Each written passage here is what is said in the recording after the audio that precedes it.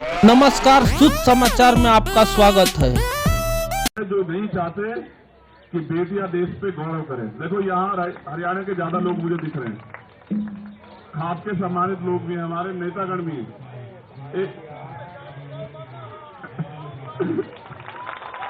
एक दिन वही हरियाणा था जहां बेटियों को इतने अवसर नहीं थे। आज का हरियाणा है जहां बेटियों के नाम से हरियाणा की पहचान होती है। मैंने तो देखा ओलंपिक में बेटियां मेडल लेके आई, सारे बेटे कमजोर पड़ गए, पढ़े नहीं पढ़े।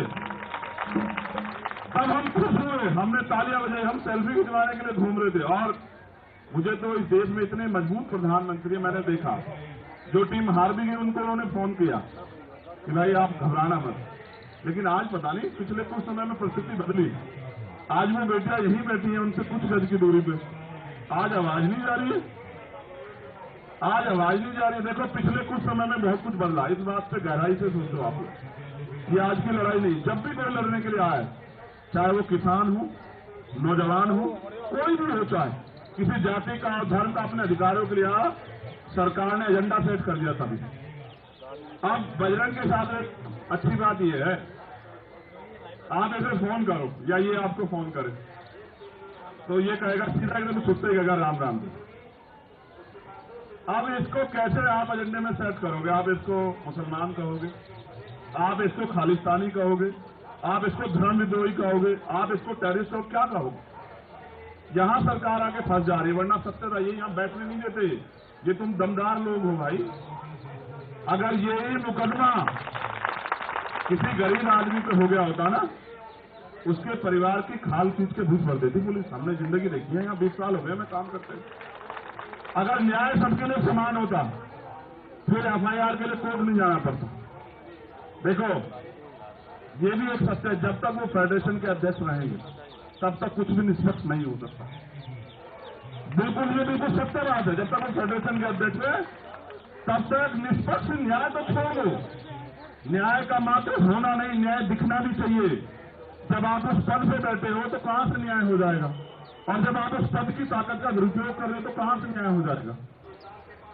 मैं तो ये समझ रहा था कि ब्रजभूषण जी अपने आप जो वो इस्तीफा दे देंगे कि भाई पहले निष्पक्ष जांच होने दो।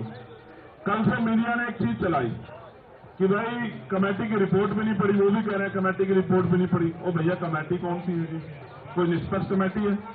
कोई जज साहब उस कमेटी को लीड कर रहे हैं, सरकार के लोग हैं, सरकार के नेता हैं, सरकार से जुड़े लोग हैं।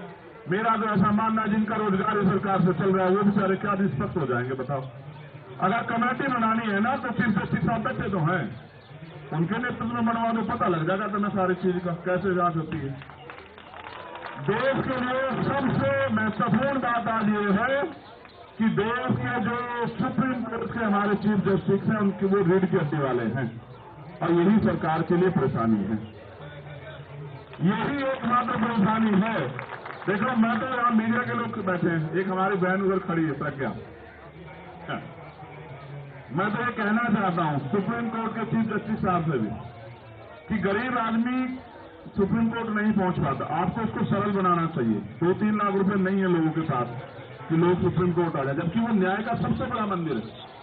अगर कमेटी बनानी है, और ब्रजभूषण सिंह जी भी सुनेंगे मुझे, तो कमेटी बनवा दीजिए ना चीफ जस्टिस साहब के नेतृत्व में, हम भी मान लें। और हम तो क्या कह रहे हैं, हम तो निष्पक्ष जांच की बात कर रहे हैं ना। निष्पक्ष जांच तब होगी जब ब्रजभूषण जी इस्तीफा दे दें। आप मेरी एक बात को गलत साबित कर दो, डिनाई कर दो। अगर यही पोस्टों के एफआईआर किसी और पर हुई होती तो क्या वो आज बाहर घूम रहा होता? क्या बता रहा, आप सब लोग बता दो। अच्छा देखो, बोल दो सर। अच्छा देखो एक चीज और सुनो, पिछले कुछ समय से ट्रेंड बदला है। आरोपी के पक्ष में पंचायत होती है, आरोपी के पक्ष में डिबेट होती है, और हमारी सम्मानित मीडिया खड़ी है, ये उसको डिफाइन करने लग जाते हैं बार बार। देखो भक्ति से काम नहीं चलेगा। भक्ति तो आशाराम जी की भी बहुत लोग करते थे नहीं करते हैं, बता दो। उदाहरण बता रहा हूं, एक मिनट समय उदाहरण बता रहा हूं आपको।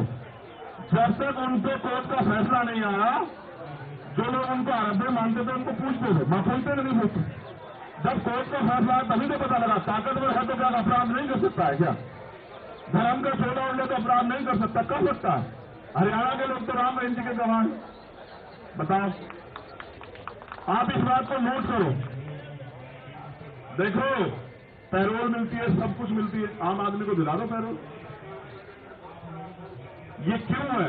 ये इसलिए है कि सत्ता पक्ष अपने हिसाब से एजेंडा सेट कर रहा है। देखो मैंने 2 उदाहरण इसलिए दिए कि जब आसाराम जी पे अगर कोर्ट ने तय कर दिया और फिर कोर्ट ने सजा की, तो जब आसाराम जी राम रहीम जी के निर्णय में हमें पता लग सकता है कि कोर्ट सही है, तो ब्रजभूषण जी का फैसला भी कोर्ट में छोड़ दीजिए। आप क्यों डिफाइन करने लगे हैं? उनको गिरफ्तार तो होने दीजिए, सब ताकत कम तो होने दीजिए। जब वो सत्ता में बैठे हैं, ताकत में बैठे, कैसे न्याय हो जाएगा? ऐसे न्याय संभव नहीं।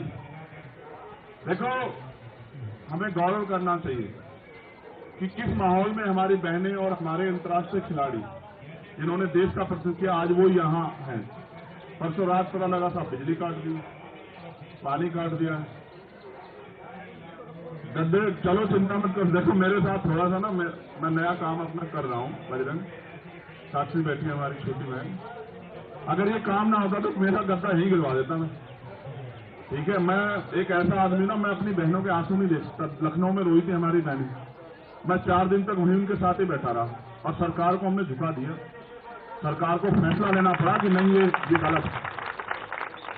तुम्हारे आंसू देखते हैं ना तो कलेजा छन्नी हो जाता है। मेरी बहनों, आंसू मत बहाना, तुम्हारे एक एक आंसू पे लहू का आखिरी कतरा बहा देंगे हम लोग। क्या बात करती है? आंसू मत बहाओ। देखो न्याय तब होगा जब वो फेडरेशन के अध्यक्ष पद को, अगर नैतिकता होती छोड़ देते, नैतिकता नहीं, वो कोशिश करें कि बच जाएं। अगर अपराध करके बचना चाहोगे तो फिर कैसे चलेगा, कैसे संभव हो पाए?